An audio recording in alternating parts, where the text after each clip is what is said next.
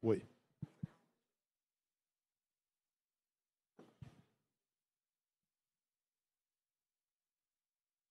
Ei, pessoal. Boa noite a todos. Boa noite a todas.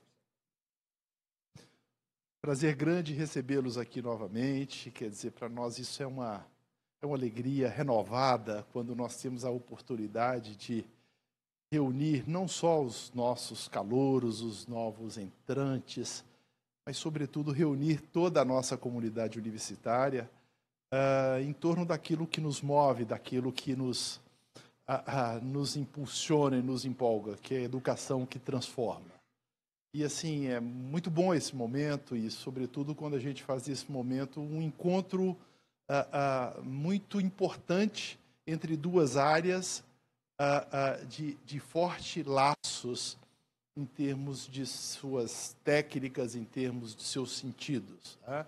Então, nós, do ISEG e o pessoal aqui representado pelo diretor, o professor Lúcio, diretor do ICEI, para nós é uma alegria muito grande entender que essas são duas áreas irmãs, que muito se aproximam e que, de repente, têm feito uma grande transformação no sentido do trabalho, na organização do trabalho e, sobretudo, no futuro do trabalho. Né? Então, para nós, assim, é um motivo de alegria muito grande recebê-los aqui hoje para mais uma aula inaugural, né, do primeiro semestre de 23. Né?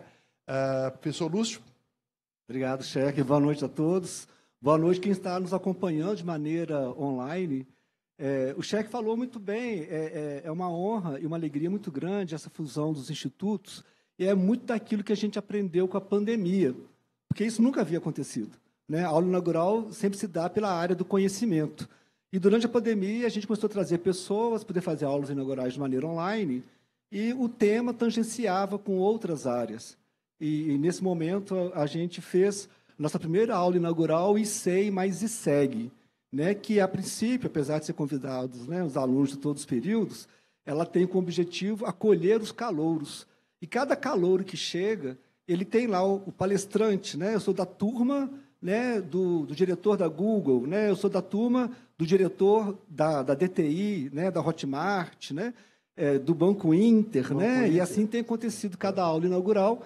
Então, com muita alegria, hoje, a gente recebe o Sérgio da Take, e para vocês poderem entender o que significa um pouco desse movimento, cada um de vocês entraram na universidade, enquanto calouros, por uma porta que era o curso que vocês escolheram para poder fazer a graduação.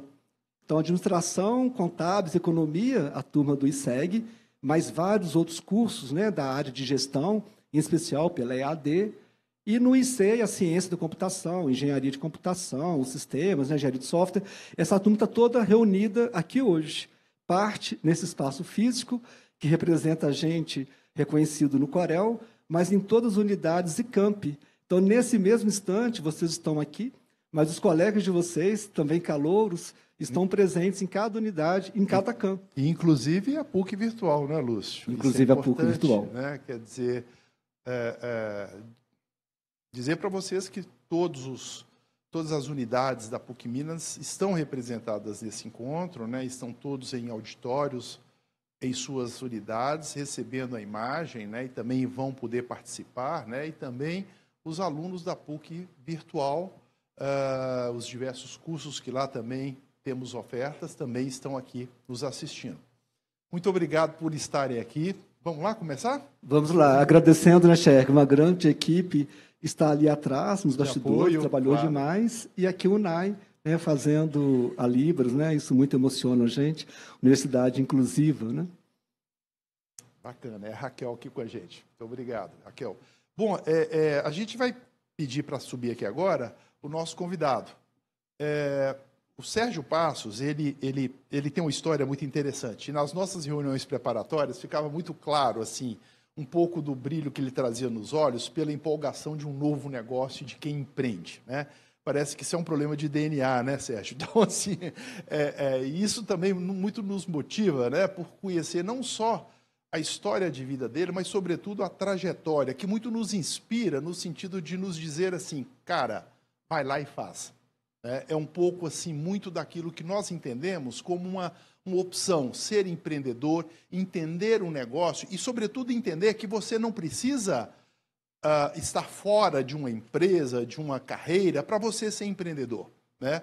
Mas que, sobretudo, isso é algo que é absolutamente necessário e imprescindível no perfil do trabalhador do futuro, né? Ter uma cultura, uma atitude empreendedora em tudo o que faz, ainda que não dono do próprio negócio, né? Então, assim, o Sérgio nos trouxe muito essa alegria, né, de ver o brilho nos olhos, né, de quem tem uma história assim de up and downs, né, Sérgio, né, de quem renunciou a coisas muito interessantes, né, em função do seu sonho de empreender e que hoje criou uma empresa referência, uma empresa líder de mercado, e que certamente tem muito a contar para todos nós, não só para nos ensinar, mas, sobretudo, nos inspirar, né, Lúcio? É isso aí, Cheque. O que vem adiante aí na carreira de vocês. Vamos lá, Sérgio? Vamos subir aqui, então? É curioso, porque o Sérgio, ele bem personifica o que a gente está tentando dizer aqui, né? E segue, mas e sei.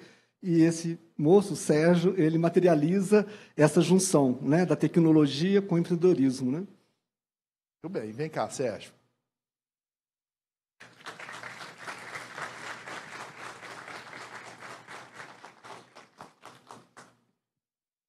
A gente, vamos explicar um pouquinho como é que funciona. Nós também vamos chamar dois mediadores, um de cada instituto. Estão aqui conosco, professor Ramon. E professor Arraes, pelo ICEI.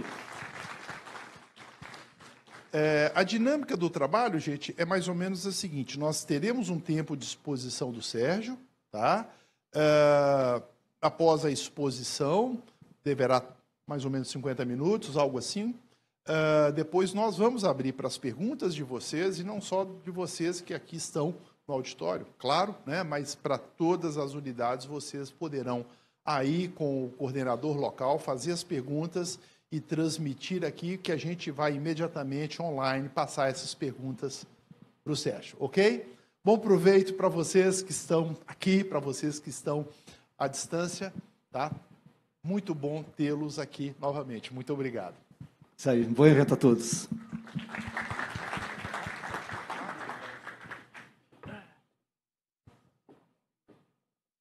Bem, pessoal, boa noite a todos. É uma alegria contar com a presença de todos vocês aqui presencialmente, também nos acompanhando aí de forma virtual, alunos de todas as unidades. Eu sou o professor Ramon, do ICEG, né?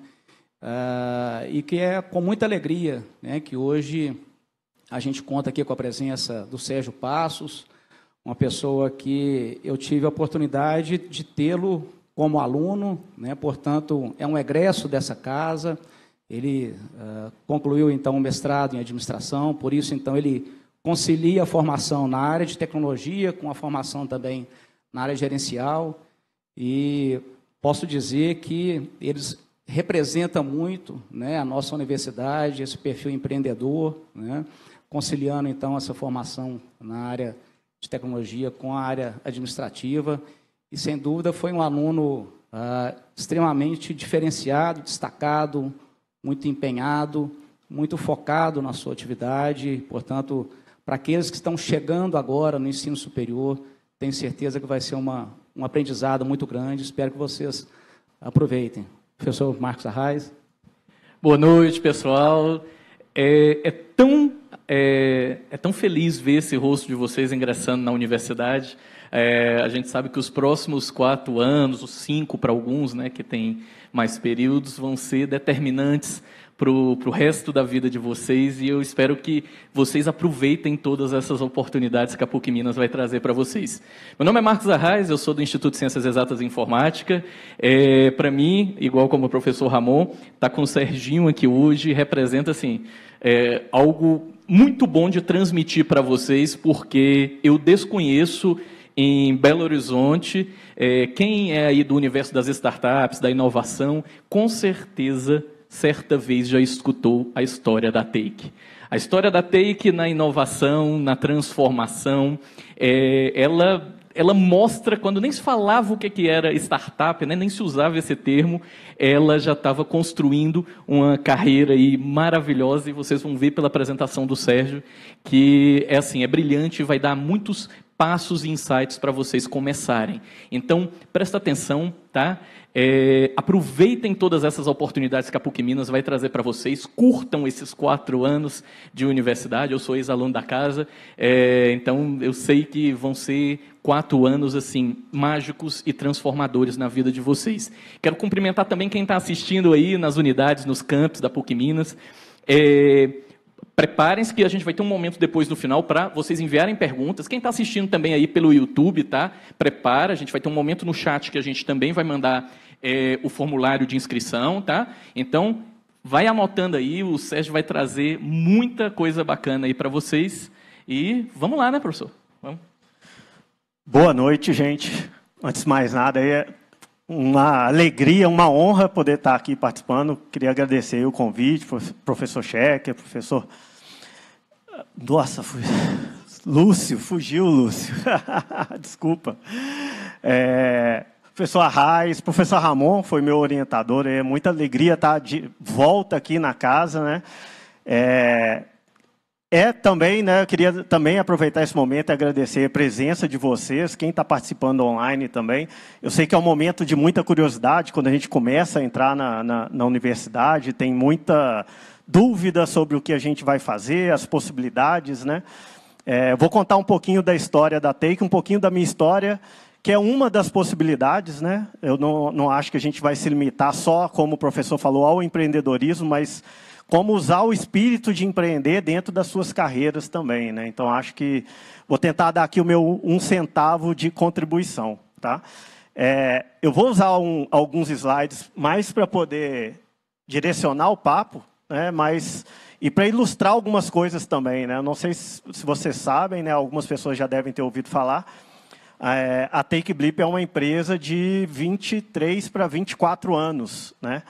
Aí, só de curiosidade, quem está entrando na faculdade aqui que tem mais de 23, 24 anos? Um ou outro, né?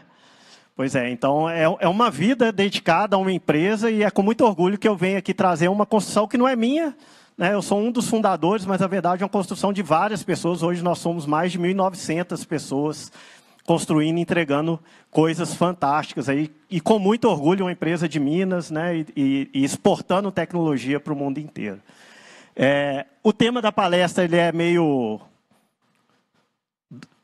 dúbio assim, né? O pessoal fica um pouco curioso, como é que a gente vai falar de sucesso falando sobre falha? Mas é um pouco do resumo da nossa história também, e aí eu vou tentar traduzir isso em algumas dicas que eu aprendi ao longo da carreira, tá? Então, só para eu me apresentar, o professor Arraes falou muito bem, né? Meu nome é Sérgio, mas todo mundo me conhece por Serginho, né? Lá na empresa, no mercado, todo mundo me conhece pelo... Eu sou aquele cara que vai ser um pouquinho mais velhinho e o pessoal vai chamar de tio Serginho ainda, né? Não vou conseguir largar esse apelido. Eu costumo falar que eu sou empreendedor e geek, né? Que é um pouco da escola de negócios, a escola de tecnologia. Eu gosto muito das duas coisas. Acima de tudo, eu falo que eu sou um contador de história, eu adoro contar história, eu adoro traduzir tecnologia para algo fácil, acessível para as pessoas, o que me motiva, né, deixar as coisas mais acessíveis, mas fazer isso através de histórias.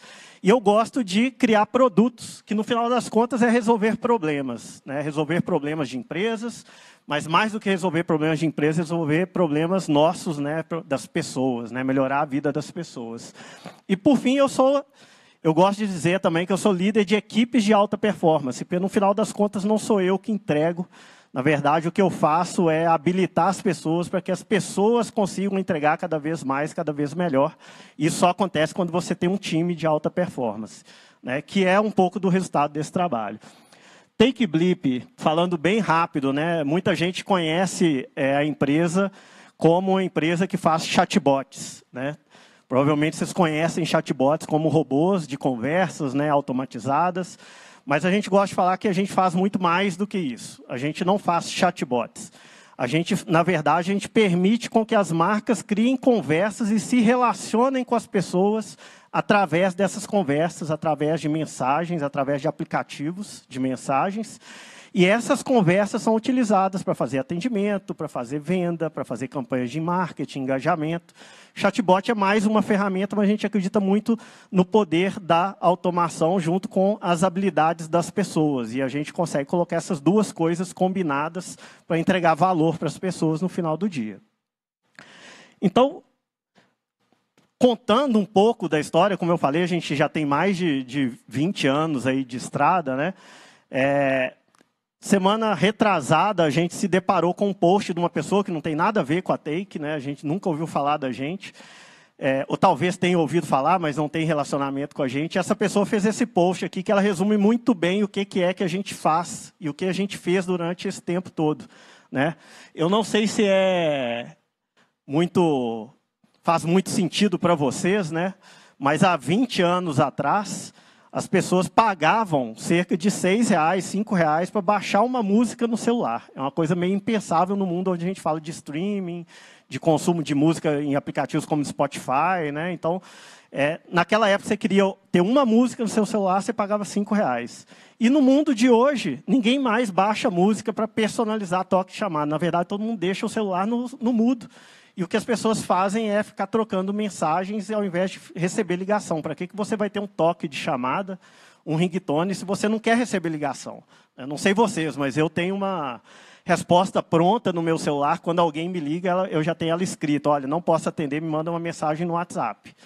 E funciona. As pessoas, normalmente, elas já usam o WhatsApp para poder seguir a conversa, porque sabe que eu não estou disposto ali naquele momento a interromper o que eu estou fazendo, mas que quando eu estiver disposto eu posso continuar aquela conversa depois, né? Então isso é muito do que a gente acredita, mas começou lá atrás com essa história de música. Eu vou tentar contar isso, 20 e poucos anos de histórias em 50 minutos aqui para vocês. E o tema, como eu falei, é sobre falhar, né? E como falhar melhor e como que essa falha vai tornar vocês pessoas melhores, né? Ou a empresa uma empresa melhor. É meio estranho falar sobre falha, mas o pensamento é muito parecido com fazer aviãozinho de papel. Todo mundo já teve uma experiência aí quando criança, ou mais velho também. Normalmente, o primeiro aviãozinho não é aquele que vai longe. E aí você manda ele para num lugar, daí a pouco você pega aquele seu projeto de avião, modifica ele, faz uma nova versão, manda, ele já vai um pouco mais longe. E à medida que você vai aprendendo o que funciona e o que não funciona, o seu projeto vai ficando melhor até que o avião voa de verdade, né? É um pouco essa a história que eu vou tentar contar para vocês. Como que a gente errou, né? Normalmente, quando a gente vai falar de empresas de sucesso, todo mundo quer saber o que deu certo. Hoje eu não vou falar o que deu certo. Saber o que deu certo na história da Take é fácil. É só ir lá no nosso site, está cheio de casos de sucesso, coisas bacanas. Como o pessoal fala, né, ver as cachaças que eu tomo, não ver os tombos que eu levo. Hoje eu vou falar um pouquinho dos tombos que a gente levou no meio desse caminho e que foram os tombos que transformaram a gente na empresa que a gente é hoje. E antes da gente começar, primeiro um alerta, tá? Principalmente para a galera mais jovem, a gente tem algumas cenas fortes daqui para frente, tá? Então não se assustem, pode parecer ficção científica, mas a maior parte das coisas aqui é realidade, tá? Começando por uma foto aqui que parece que é do século passado, não só parece, é do século passado, né? Que é a minha foto de formatura. Como o pessoal falou, eu formei em ciência da computação. A minha graduação foi lá no FMG, isso aqui é a foto dela, da nossa formatura em 99, final de 99. Eu escolhi a computação porque eu gostava, adorava a computação. Meu pai sempre me incentivou, me deu computadores para eu brincar, videogame. Sempre comecei, na verdade, com máquina de escrever, né? Comecei a aprender a datilografar. Agradeço ele até hoje, porque hoje eu consigo mexer muito melhor, porque eu sei datilografar. Não sei, sinceramente, não sei como é que o pessoal usa computador hoje, porque não tem aula de datilografia, né? Se é que vocês sabem o que é isso. Mas começou lá atrás, eu entrei no curso para fazer computação com aquela expectativa que talvez vocês tenham hoje, né? Poxa, estou começando um negócio agora, estou doido para começar e acabar logo e já começar a minha carreira. E aí, se tem uma coisa que eu gostaria que tivessem me falado na época que eu comecei a faculdade, não tenham pressa de terminar a faculdade. Aproveitem o tempo enquanto vocês estão na universidade.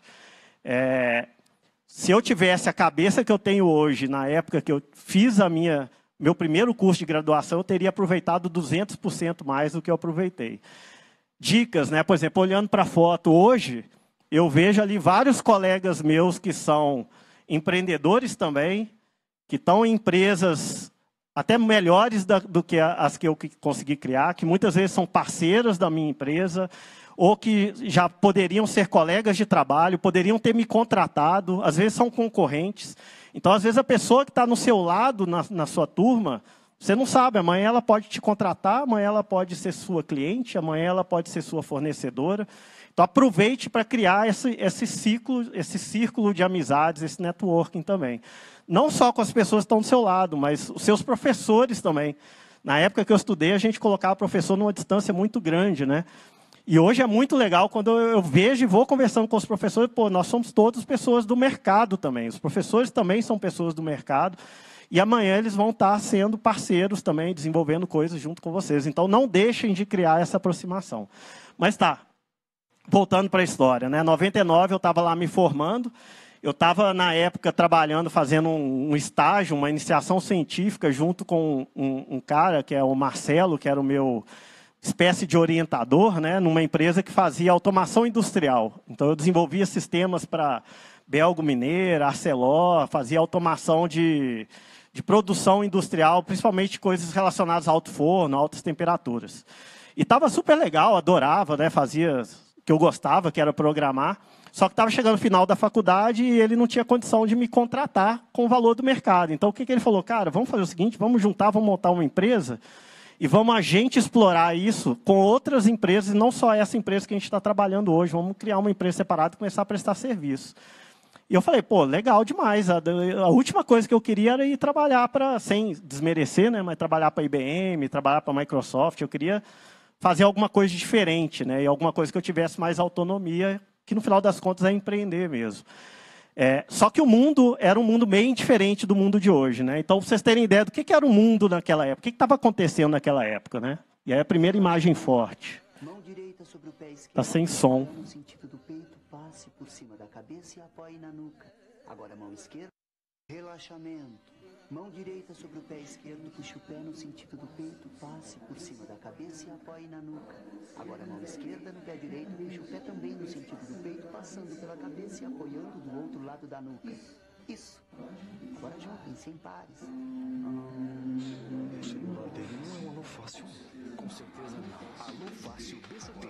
Agora você pode enviar e receber mensagens de texto direto do seu celular. Alô Fácil BCT. Quanto mais fácil, melhor. Algumas imagens fortes aí já para começar, né? A primeira, a qualidade do comercial. Vocês viram que o nosso marketing evoluiu para caramba. A gente é muito mais criativo hoje. A segunda, vocês perceberam lá a imagem de um celular, né? Acho que era um Nokia, né? É um Nokia. Provavelmente vocês conhecem a Nokia. Todo mundo já ouviu falar da Nokia. Hoje tem meme, né, de celular da Nokia, né? Alguém tem celular da Nokia aí hoje? Alguém já usou um celular da Nokia, da galera que está começando no curso, já usou um celular da Nokia? Pois é, a Nokia era o que a Apple é hoje naquela época. Todo mundo olhava para a Nokia e falava, a Nokia nunca vai quebrar, ela vai liderar esse mercado para sempre, né? Outra imagem também marcante ali, o que eles estavam falando que era a grande inovação daquele telefone? Agora você consegue mandar mensagem. Porque antes o telefone só servia para você ligar e fazer e receber ligações, né? Então, era a grande novidade na época. E aí, quando esse mercado estava se desenvolvendo, eu não estava olhando muito para isso, o meu sócio, futuro sócio também não estava olhando muito para isso, mas a gente tinha um outro grupo de amigos também que trabalhavam nesse mercado. Eles tinham uma loja de telefonia celular, eles vendiam celulares no mercado. Então, eles vendiam esses aparelhos. Até que um dia as coisas mudaram. E eles receberam esse aparelho aqui. Quem é mais geek como eu gosta do filme do Matrix, lá do Keanu Reeves, né?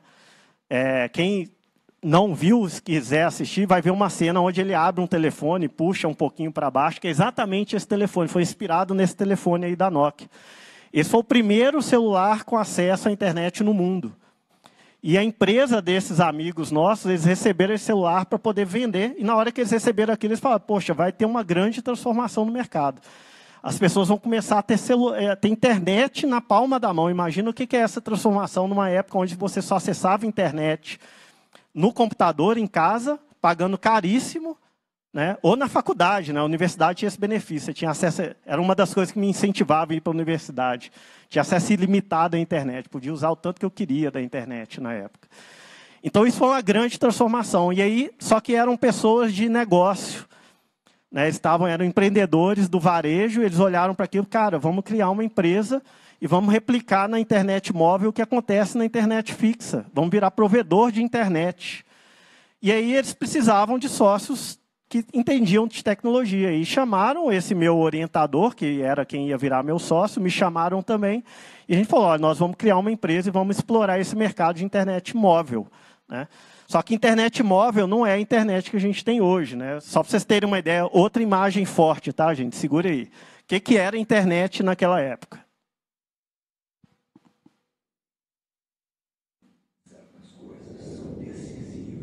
Certas coisas são decisivas na vida de um piloto.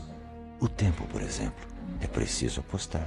Vai chover ou não vai chover? Para cada hipótese, existe uma estratégia a ser posta em prática. Vai chover.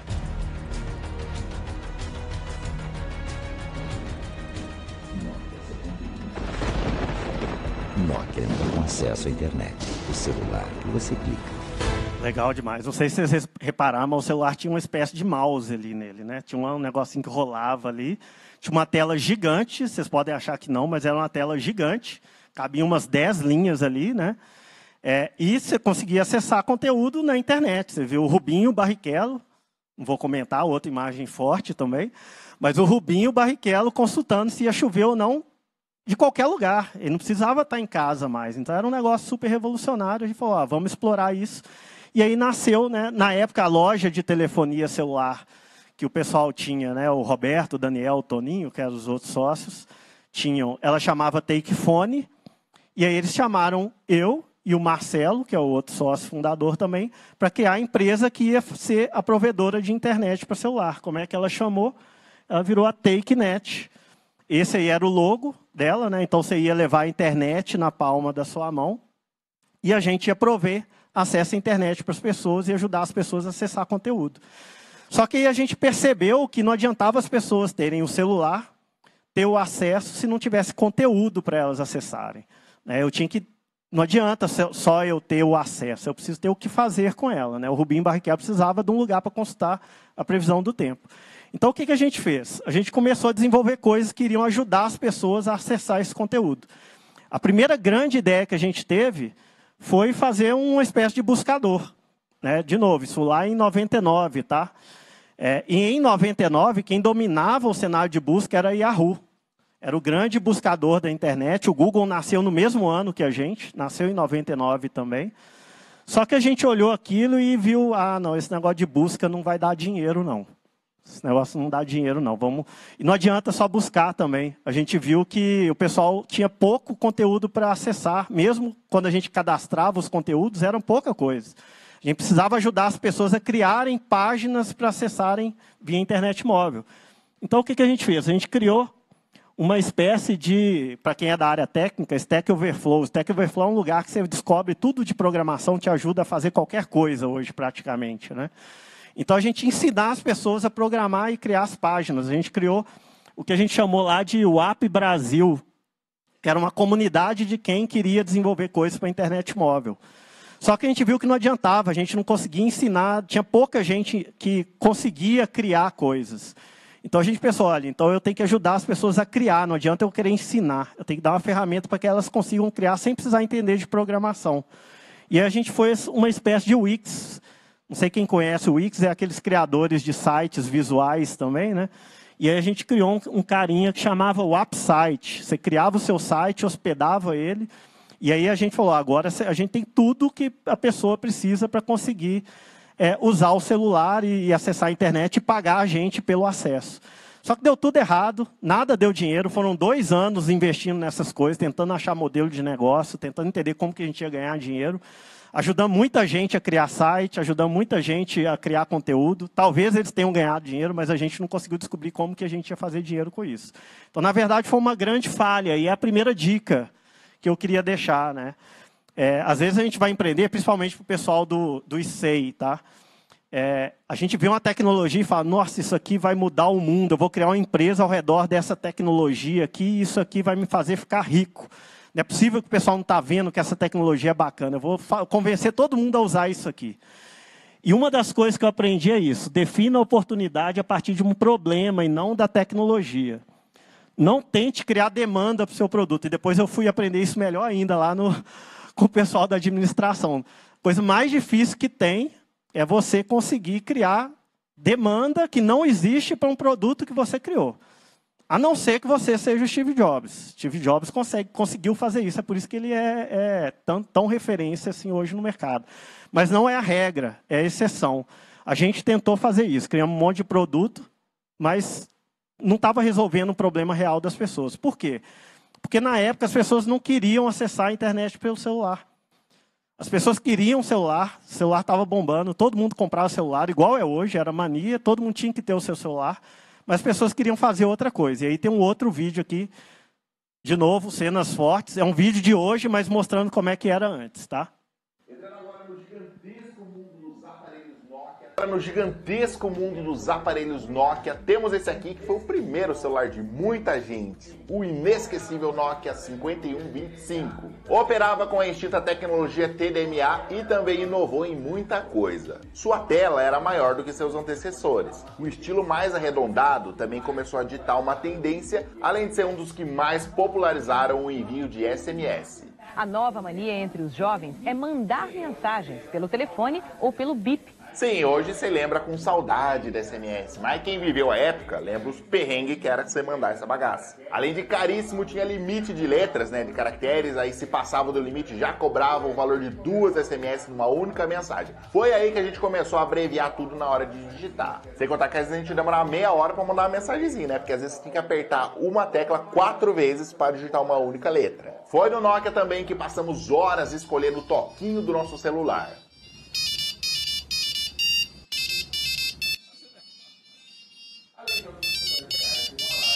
Além de outras funções legais, como alarme e mensagem. Muita coisa nesse vídeo, né? Primeira coisa, o modelo do aparelho, né? Esse aí é o que está na maior parte dos memes aí do tijolo do Nokia. A segunda coisa, a moda entre os jovens é mandar SMS e bip. Vocês conhecem bip? Vocês já ouviram falar de bip? Bip é um aparelhinho que eu já tive, que eu colocava na cintura, assim, a pessoa, quando ela queria me mandar uma mensagem, ela ligava para um número e falava, olha, eu quero mandar uma mensagem para o Bip 567, falando que já estou chegando, pode me esperar. E aí ela apitava aqui e eu recebia essa mensagem. Era só para isso que servia o Bip, era caríssimo e era super fast, era igual usar a pochete na época, né?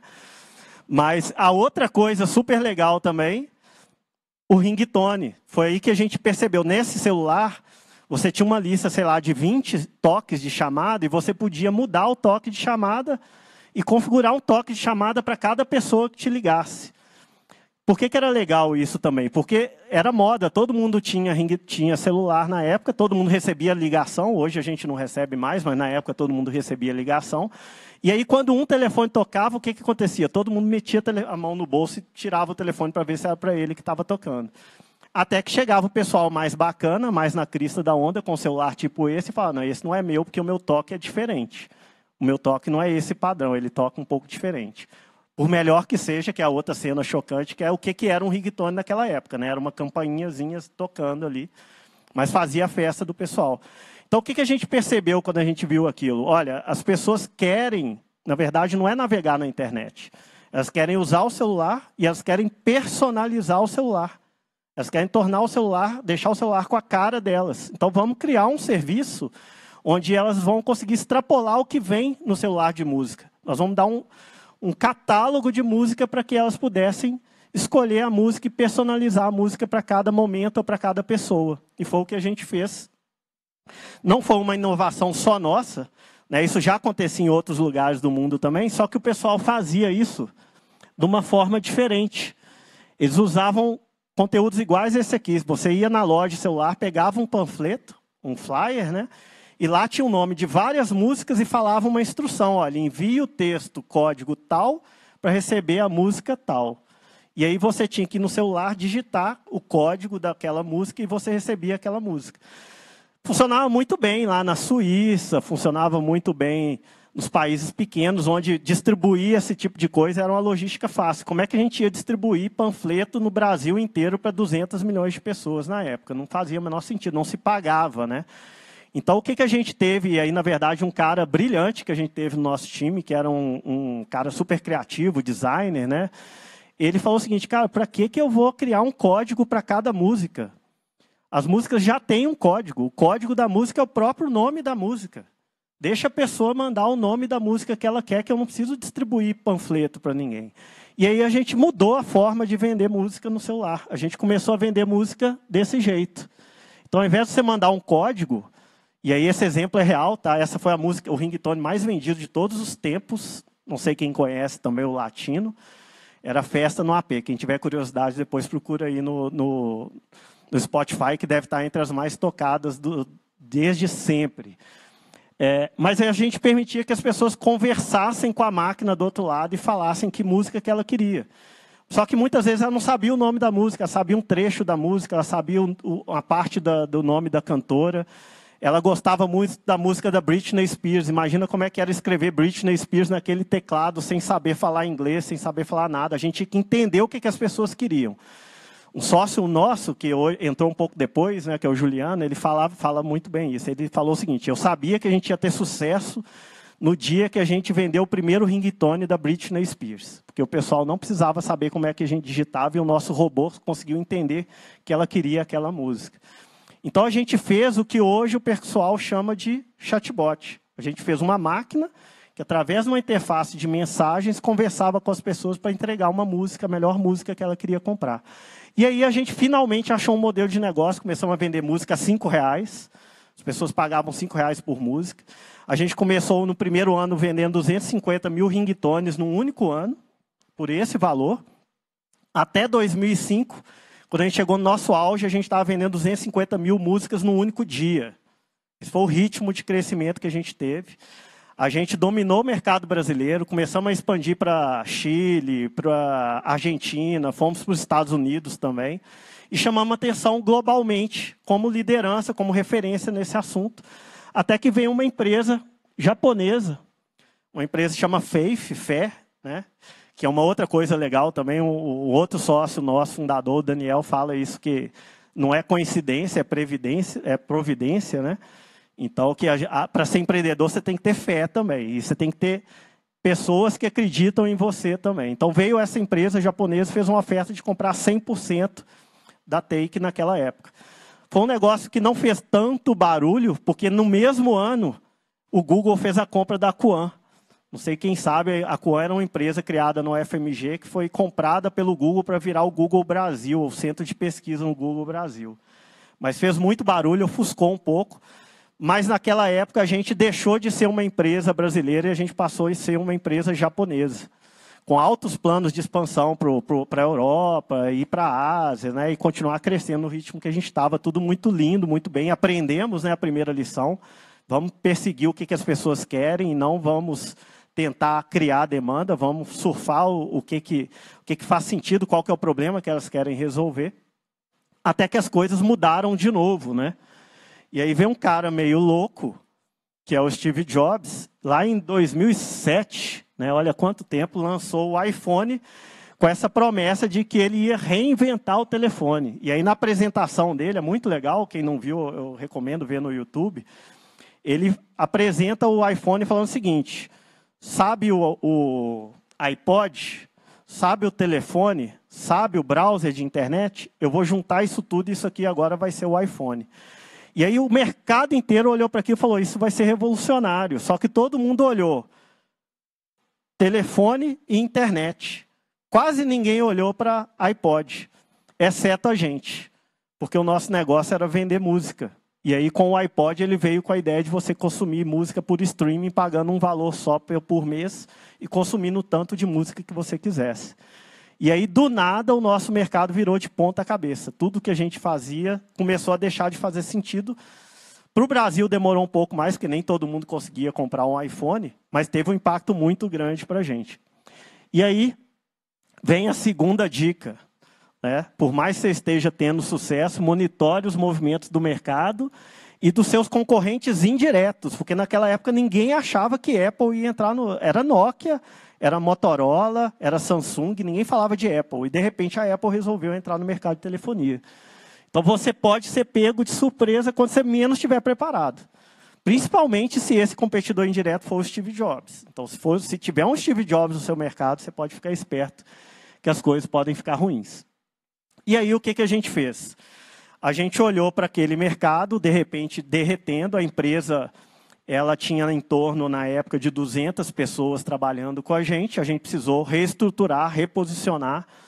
Na época, eu tocava o time de tecnologia. Eu precisei afastar um pouco do time de tecnologia para começar a pensar novos produtos, porque não dava para a gente depender do ringtone mais.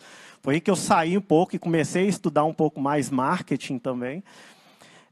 E nós resolvemos fazer uma proposta de recomprar a empresa do grupo japonês, porque eles ainda queriam investir só no segmento de música. E a gente estava vendo uma grande oportunidade de usar a tecnologia que a gente tinha criado para resolver outros problemas que não fosse só a venda de conteúdo.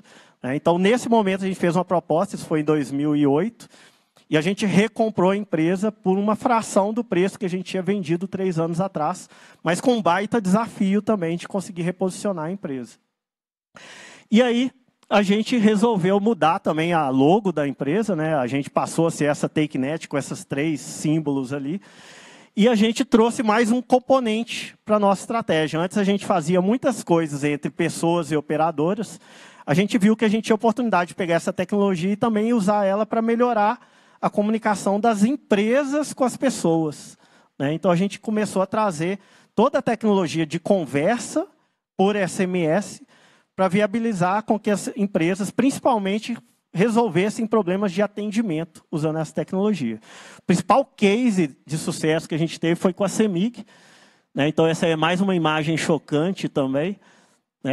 Esse serviço existe até hoje, então você quer resolver algum problema com a CEMIG, você manda um SMS para o número 29810 ou manda uma mensagem para a CEMIG no WhatsApp. Mas era um pouco arcaico, né? Você vê ali, como é que você mandava a mensagem? Você tinha que mandar a CEMIG Luz, o número da instalação e os 3 últimos dígitos do número do cliente. Então, não era uma conversa muito natural. Por quê? Porque na época ainda não tinha, a inteligência artificial não estava muito acessível ainda. Eu não conseguia fazer uma conversa automatizada que parecesse uma conversa humana. Na verdade, as pessoas tinham que conversar como robôs. Mas funcionava, resolveu muito o problema, alavancou muito o negócio, reduziu muito custo para várias empresas, né? Até que, de novo, a gente percebeu uma mudança no mercado. Quando a gente acha que o negócio está bom, agora nós vamos ficar tranquilos, vamos surfar a onda, vem uma transformação nova no mercado. E essa transformação que veio foi uma transformação muito maior do que todas as outras. Foi a onda do WhatsApp e dos aplicativos de mensagem em geral. Então, tudo que a gente fazia era baseado em SMS. Assim como antes, tudo que a gente fazia era baseado em música, agora o principal ativo que a gente tinha, ele estava ameaçado de novo.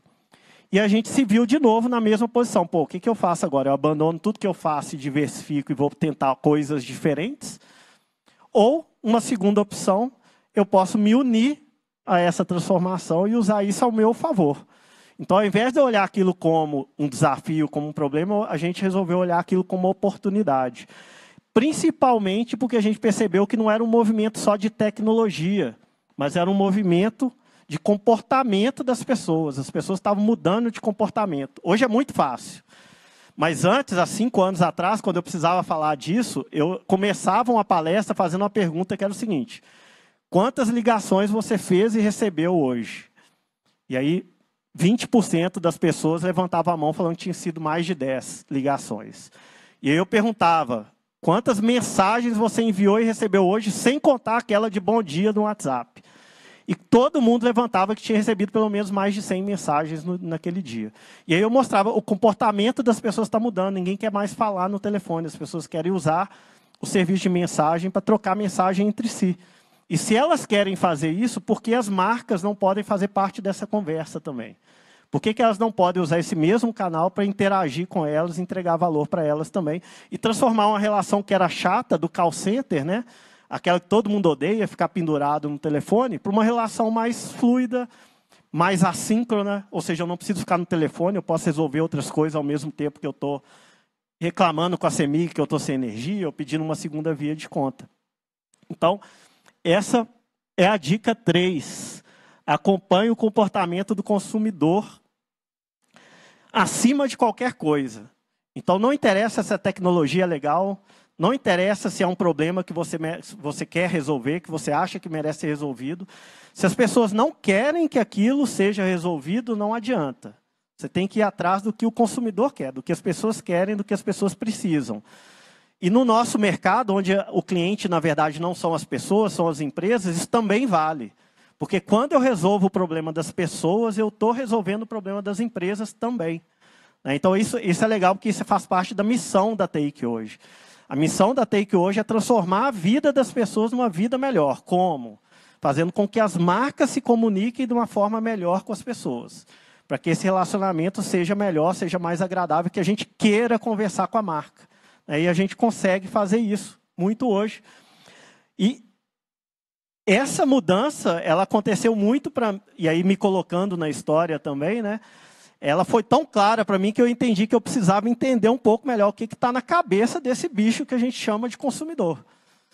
E eu fui muito para o mercado, né? O professor Ramon lembra disso, com a cabeça muito seguinte: como que eu influencio a cabeça dessa pessoa para ela querer comprar meu produto? Como é que eu entendo como que ela toma decisão no dia a dia para que eu mude a forma dela tomar decisão, para ela tomar decisão favorável para mim? E uma das coisas que... Tem frentes diferentes, né? Mas uma das coisas que eu aprendi no mestrado é que, independente do que você acredita, na maior parte das vezes você vai descobrir que as coisas são um pouco diferentes do que você acredita. Se você vai um pouco para o lado da pesquisa, né, vai um pouco para o lado da metodologia científica do negócio, você aprende que muitas das coisas que você acha, e você bota a mão no fogo que você consegue fazer, você vai descobrir que as coisas não são tão bem assim. Não é tão 0 e 1 para quem é da computação. Tem sempre um 0,5, um 0,6 na história. Outra coisa que foi super importante também, eu aprendi a trabalhar com metodologia científica. E é um negócio que parece que é coisa de academia, mas que se aplica no negócio também. Então, essa ideia de pensar em hipóteses, validação de hipóteses, experimentação, são as coisas que fizeram com que a gente conseguisse adaptar tudo que a gente faz e conseguir fazer com que essas coisas tivessem sucesso. Não na primeira tentativa, mas aprendendo à medida que elas fossem dando errado e aprendendo com esses erros. Então, isso me ajudou muito, abriu muito minha cabeça e influenciou muito o que é o produto que a gente criou hoje. Então, a TakeNet lá atrás, ela virou Take Blip hoje, por quê?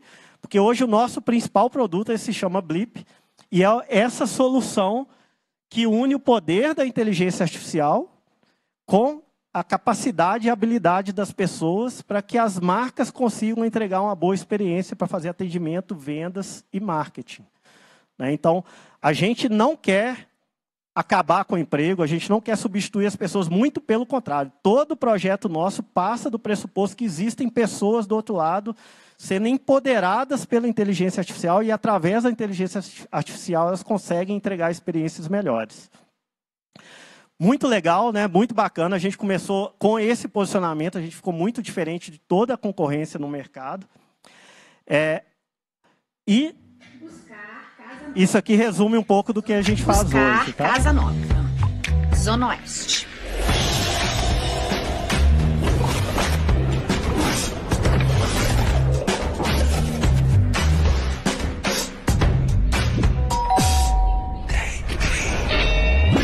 Tudo em um Blip é outra coisa, né? Com Take Blip é assim, um relacionamento inteligente e completo, onde seus clientes já estão acostumados com o WhatsApp. Tá sendo aqui pra mim? Claro, pra empresa. Não, é pra minha esposa mesmo. Take Com Blip. esse discurso, né, de que a marca tem que estar próxima, tem que estar onde as pessoas estão, tem que entregar uma experiência, não é só atendimento, né? Esse exemplo ali é muito legal, é para fazer venda, para fazer relacionamento, não é só sobre atendimento, é uma conversa, né? Eu uso muito esse exemplo que hoje eu deixei meu celular lá dentro. Com certeza, quando eu chegar, ele vai estar lá também. Só que eu deixei ele bloqueado.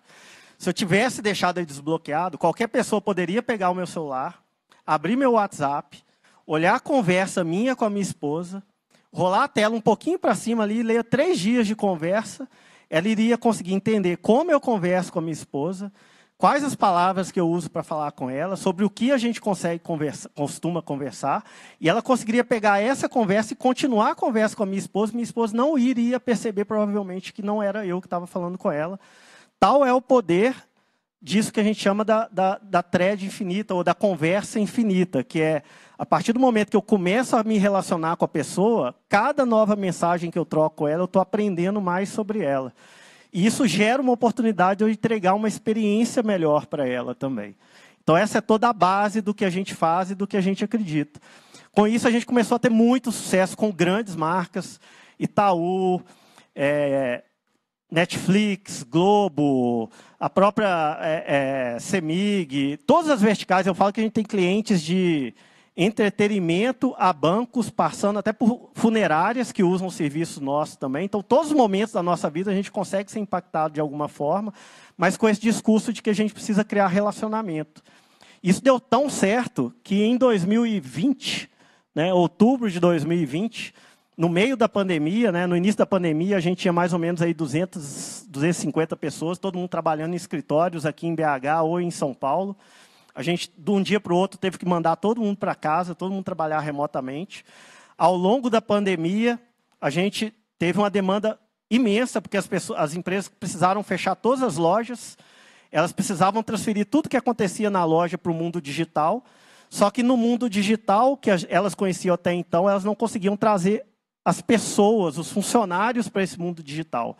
Porque quando você tem um e-commerce, você não consegue trazer o vendedor para dentro do e-commerce. Mas quando a gente fala disso aqui, o vendedor ele consegue fazer parte. Então, todo mundo virou o canhão para cá. Todo mundo queria ter a sua presença no WhatsApp. A empresa bombou, a gente chamou a atenção de um fundo de investimento e a gente recebeu pela primeira vez um sócio.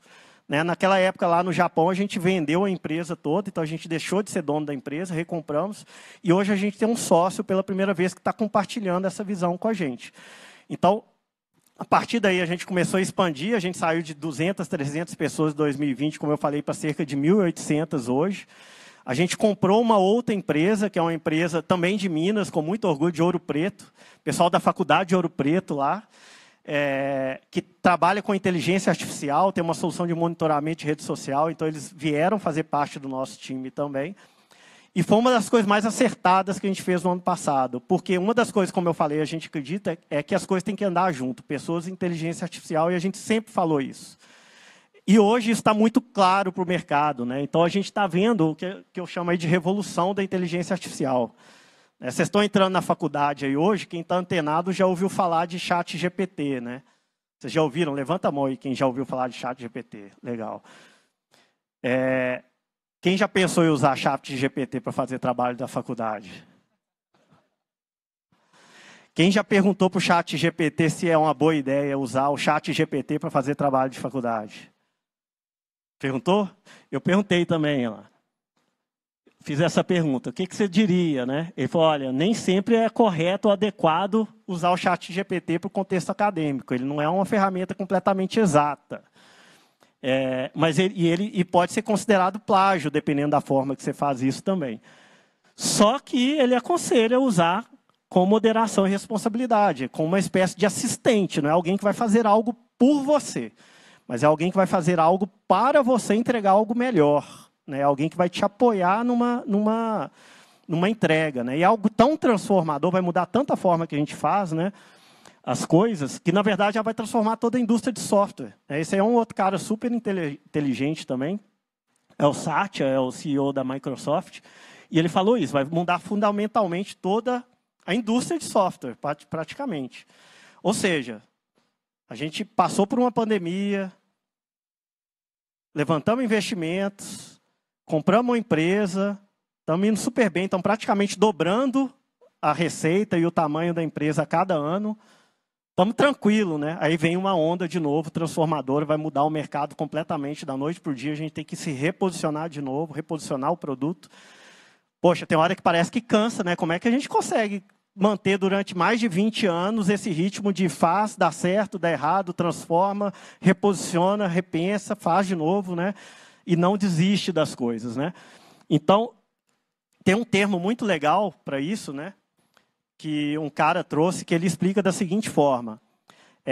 isso vale não só para a empresa, vale para a gente também, tá? Vale para o nosso lado pessoal. Você pode ser uma pessoa frágil. O que é uma pessoa frágil? Pessoa frágil é que na primeira dificuldade que aparece, ela não consegue atingir o objetivo dela, ela desiste. Se for uma empresa, ela quebra, ela falha, né? Ela não consegue ter sucesso no que ela quer fazer. O que é o oposto de frágil? O que é a primeira coisa que vem na nossa cabeça, né? Então, por exemplo, o ovo é uma coisa frágil. Solta o ovo aqui, pá, quebrou, super frágil. O que é o oposto de frágil? É uma coisa que é resistente. É o contrário, é uma coisa que o ovo eu soltei aqui, ele quebrou, é uma coisa que se eu soltar aqui, ele vai continuar na mesma forma que ele tem. Né? É um aço desse que eu coloco na construção, que pode acontecer o que for, esse aço vai ficar firme lá e vai segurar. Né? Lógico que ele tem um limite de resistência, mas eu vou batendo nele, ele não se deforma, ele continua sendo aquele aço lá que ele foi desenhado para ser. Então, ele é uma coisa resistente. Qual que é o problema de uma coisa resistente? Uma coisa resistente, ela não é maleável, ela não é flexível, ela não é adaptável. Então, ela resiste à pancada, até uma hora que a pancada é tão forte que ela também quebra. Ela não consegue evoluir à medida que ela vai levando pancada. E aí, esse cara criou um termo, que é o antifrágil. Ele fala o seguinte, resistente não é o oposto de frágil. O oposto de frágil, na verdade, é algo diferente disso. Então, se frágil é algo que fica pior quando ele recebe um incentivo ruim, o antifrágil, o oposto do frágil, é algo que fica melhor quando ele recebe um incentivo ruim. É uma coisa esquisita, né? Mas o exemplo mais claro de algo antifrágil, né? Ele até exemplifica, né? O que é ser antifrágil? É aquilo que vai além de o oposto ser frágil, é algo que se fortalece, ele fica melhor. O exemplo mais claro de algo antifrágil é o corpo humano. É a gente mesmo. Quando você pega um vírus, o seu corpo aprende com o vírus, cria anticorpo, você fica mais forte contra aquele vírus. Se vier aquele mesmo vírus, você consegue matar ele. Você tem um músculo, você vai para a academia. Como é que você fica mais forte? Você fica mais forte estressando o músculo. Quanto mais você estressa o músculo, mais forte você fica. Você não fica forte descansando o músculo. Você fica forte forçando o músculo, fazendo um repouso, mas dando tempo para ele se recuperar e se fortalecer com aquilo. Então, ele criou esse termo do antifrágil, que é o que fica mais forte com a adversidade, com as dificuldades, que é um pouco do que a gente aprendeu na nossa história. Então, dica 4, né? A quarta dica. Como que você pode ficar mais forte à medida que você falha? O problema não é falhar. O problema é não saber aproveitar e não aprender com a falha. E até o Steve Jobs falhou, por incrível que pareça. Quem conhece a história dele sabe que ele falhou e falhou muito. Né? Antes dele aprender e conseguir fazer cada vez melhor. Né? Então, falhar melhor significa ficar mais forte à medida que você falha, aprender com seus erros. Só que eu adiciono mais uma coisa aí e aí vai como bônus, tá? Não adianta você ser antifrágil se você não for resiliente. Então, como eu contei, a gente passou por vários perrengues aí ao longo da história, né? Quem acha que a gente veio numa linear crescente. Na verdade, a gente foi para cima e para baixo, montanha-russa, e todo empreendedor sabe muito bem o que é isso. Então, se você não for resiliente, da primeira dificuldade você desiste. E eu estou falando isso de experiência própria, porque no meio da minha trajetória, eu pensei em desistir também. Então, antes da gente vender a empresa, a gente passou por algumas dificuldades lá, perdemos contratos e tal, antes da empresa realmente crescer. E na época eu ainda morava com meus pais, meu pai pagava a minha conta, a única coisa que eu tinha era um carro financiado, e meu único objetivo era conseguir pagar o financiamento do carro e não perder o carro.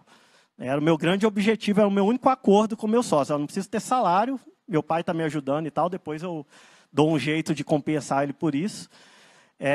Até um ponto que chegou uma hora que meu pai me chamou para conversar e falou, olha, tá difícil.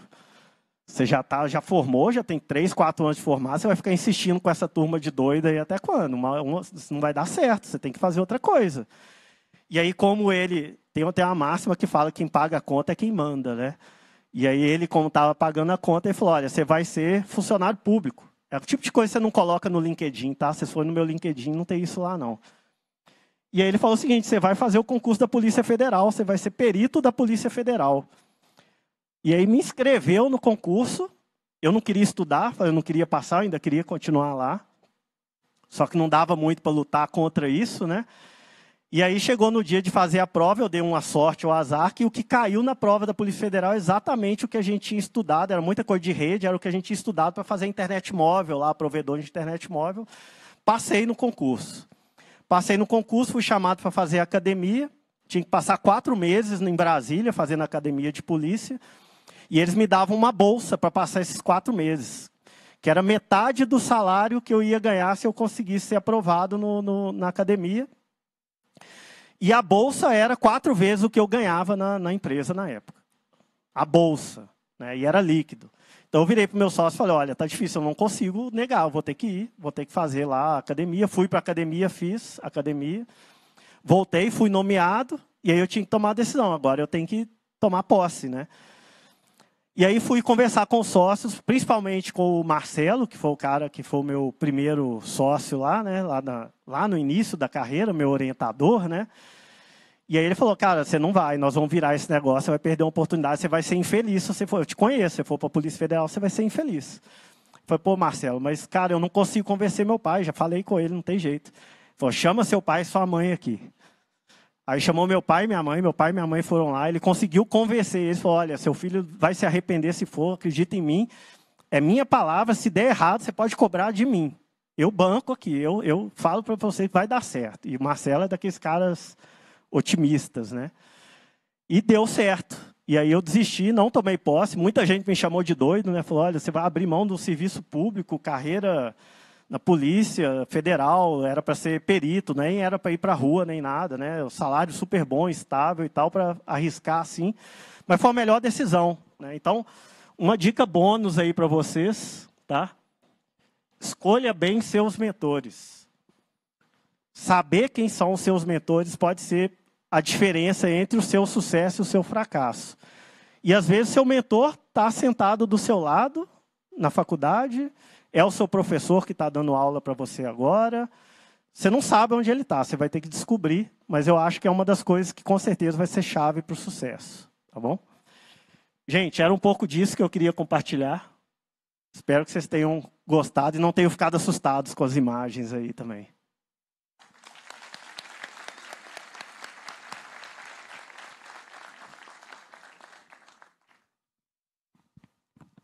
Deu para mexer a cabeça aí de muita gente. Agora a gente passa para o momento que eu acho que tá todo mundo esperando. Quem está aí também na unidade, na ponta, já vai preparando. Gente, quem está na unidade, a gente vai usar a figura do professor que está aí com vocês. Tá? Pode passar para o professor que está mediando. Ele vai mandar aqui para a gente vai ficar com o celular aqui. Então, enquanto eu e o professor Ramon, a gente consulta os celulares aqui para ver as perguntas, vamos passar aqui também para o palco, para a galera que está presente aqui. Professora Simone, está com o microfone, só levantar a mão e ela leva o microfone para vocês, tá? Ô Marcos, já tem uma pergunta aqui, enquanto a turma está formulando aí, né? Não precisa correr, hein, gente? Pode ir com calma, hein? Nós temos a pergunta aqui da Rayane Souza, que ela enviou pelo YouTube, né? Qual o próximo passo da tecnologia? Saímos das ligações por voz, estamos no auge dos aplicativos de mensagem, né? E o que vem pela frente aí, Sérgio? Toda vez que eu tentei fazer previsão, não deu muito certo, tá? E eu aprendi isso fazendo esse material. À medida que eu fui pegando algumas coisas lá, eu fui achando algumas apresentações onde eu ia fazendo previsões, eu vi que as minhas previsões não foram boas. E fazer previsão, eu aprendi que a pior estratégia que existe, a melhor estratégia que existe é você experimentar, testar, ver se dá certo e aprender com o que dá certo e com o que não dá certo, né? Mas, considerando que ninguém vai me cobrar o que eu vou falar hoje, o que é uma visão nossa, na verdade? A visão nossa é que a internet está evoluindo, né? Ela começou com uma internet tradicional, que é a internet que a gente acessava no computador. A forma de interagir com a internet era um browser. Então, você tinha que ter um computador, um browser, um mouse, um teclado, e você navegava na internet, você consumia conteúdo na internet. Depois veio a segunda geração, que é a geração da internet móvel. Então, você passou a ter acesso à internet em qualquer lugar, né? E, mais do que o browser, os aplicativos começaram a ser a principal forma da gente interagir na internet, né? Com as marcas ou com as pessoas também. E agora a gente está indo para a terceira onda da internet, que aplicativo de mensagem é o primeiro passo dessa evolução. Mas é a internet conversacional, que é a internet onde você não vai navegar no browser, você não vai usar o aplicativo, você vai conversar com ela. E isso é tão... e aí a inteligência artificial entra nisso, né? A forma natural de conversar exige que você tenha uma inteligência artificial por trás. E isso é tão óbvio que toda essa revolução da internet, da inteligência artificial que está acontecendo hoje, a forma mais clara de você experimentar hoje, qual que foi que a Microsoft, a OpenAI, decidiu usar, né, para poder expor isso para o mundo? É através de uma interface de chat, através de uma interface de conversa. Então, o próximo passo é tudo que for digital, a gente vai começar a consumir de forma ubíqua, né, em qualquer lugar que a gente esteja, e conversando com ela, numa interface onde eu não... Pela primeira vez, eu não vou ter que aprender a usar um sistema. Na verdade, o sistema vai ter que aprender a conversar comigo. Quem gosta de interface homem-máquina, eu acho que está numa hora boa para falar disso. Né? Como é que... não tem mais esse negócio de interface intuitiva. Não? A interface não tem que ser intuitiva, não tem que ser fácil de usar. Na verdade, a máquina tem que aprender a falar comigo. Então, eu acho que esse vai ser o próximo passo. E a forma mais fácil da empresa estar preparada para estar nesse mundo é ela começar no aplicativo, que amanhã, quando ela estiver migrando para outras formas, ela já vai ter todo esse histórico de conversa acontecendo também. Bacana, muito bom. Temos aqui, professor. Ó. Enquanto isso, eu mando a próxima do grupo aqui, professor Ramon. A Luciana está assistindo a gente aí pelo chat, né, pelo YouTube, e mandou. Serginho, o que você sente sobre os metadados? No Brasil, já tem alguma empresa na frente? Eu acredito que essa pergunta dela quer saber sobre o uso do metadados, talvez com estratégias, né, para perfil de consumo e tudo, porque a gente sabe que as empresas coletam, né, tudo. Né? Como é que ela chama? Luciana. Luciana. Obrigado, Luciane, pela pergunta. Pois é, esse tema é super sensível, né? Polêmico. O que eu falei é muito do que a gente acredita, né? Que você vai ter experiências melhores à medida que você interage com a marca. E à medida que você interage com a marca, no final das contas, você está dando dados para a marca, você está dando informação para a marca. Essa informação ela pode ser usada para personalizar a sua experiência, entregar uma experiência melhor, uma oferta de um produto melhor, de um serviço melhor, desde que você dê autorização para a marca usar isso. Isso hoje é muito claro, tem muita regulamentação para isso. A gente ainda está evoluindo na parte de aplicação da regulamentação, mas a regulamentação é muito bem feita sobre isso, tanto no Brasil quanto no mundo afora. Aplicar é que é o grande desafio. Mas eu acho que o mercado ele vai se autorregular. O que acontece? As pessoas só vão dar autorização quando elas perceberem que aquilo gera valor para elas. Então, se a marca quer ter informação, quer ter metadados sobre as pessoas, ela obrigatoriamente vai ter que deixar explícito por que ela precisa daqueles dados e como que aquilo vai tornar a vida da pessoa melhor. Como que aquilo vai facilitar a vida dela ou como que aquilo vai entregar uma recomendação melhor para ela. A partir do momento que a gente perceber que isso agrega valor para a gente, muito provavelmente a gente vai estar confortável em compartilhar. Hoje é um grande desafio para as marcas. Teve uma mudança aí grande no mundo da tecnologia, que até pouco tempo atrás, uma marca poderia ter acesso a informações que outra marca estava coletando, com o negócio de cookies. Né? Você podia rastrear as pessoas em vários sites que elas andavam. Vocês já devem ter percebido, agora todo site que você entra tem um alerta de cookies, você tem que autorizar, não autoriza. Você instala um aplicativo no celular e pergunta se quer que ele tenha acesso aos dados de outros aplicativos. Normalmente a gente nem lê, já aperta lá que sim, né? Melhor ler a partir de agora. Então, qual vai ser a principal fonte de dado para a marca? Vai ser a fonte primária dela, porque essa fonte secundária ela não vai ter acesso mais. Então, ela vai ter que começar a construir o que é o perfil do consumidor dela a partir das interações que ela tem diretamente com ele. A melhor forma de fazer isso é através de conversa. Então, a gente acha que vai ser uma coisa natural de acontecer, desde que a regulamentação entre para valer. Né? E, para a gente, quanto mais ela valer, melhor, porque vai forçar a marca a querer ter essa conversa que agregue valor, que entregue benefício para o cliente. Show aqui. Quem que era daqui, né? Oi, Sérgio. Beleza? Meu nome é Arthur, eu faço ciência da computação aqui e eu achei bem interessante você falando sobre os fracassos e tudo. Porque quando a gente vê uma história de sucesso assim, a gente acha que o cara tinha todas as respostas logo no início, sabe? Parece que todas as decisões foram planejadas, isso mesmo, essa é a palavra. E, tipo assim, eu quero, não é técnica a pergunta que eu vou falar, mas assim, como você se sentia na época, você falando que o seu pai na época pagava as contas, como você se sentia apostando suas fichas nesse sonho aí, e vendo outras pessoas, por exemplo, provavelmente da sua turma, já trabalhando em empresa, tendo um salário alto, como você se sentia assim? Você não sentia um sentimento de estar atrás? Como você lidava com isso nessa época? Sabe? Ótima pergunta, Arthur. E ela depende muito, assim, é difícil não ter uma resposta certa, porque isso depende muito de cada pessoa, né? Eu tive uma grande sorte, porque meu pai é de família simples, minha mãe também, mas eles sempre valorizaram a educação. Então, meu pai sacrificou tudo para que eu tivesse uma educação boa. Minha irmã, eu tenho uma irmã também, que ela também tivesse, né? E quando ele colocou isso à frente de tudo, eu tive o grande benefício de ter muito pouco risco. Eu tinha muito pouca coisa a perder.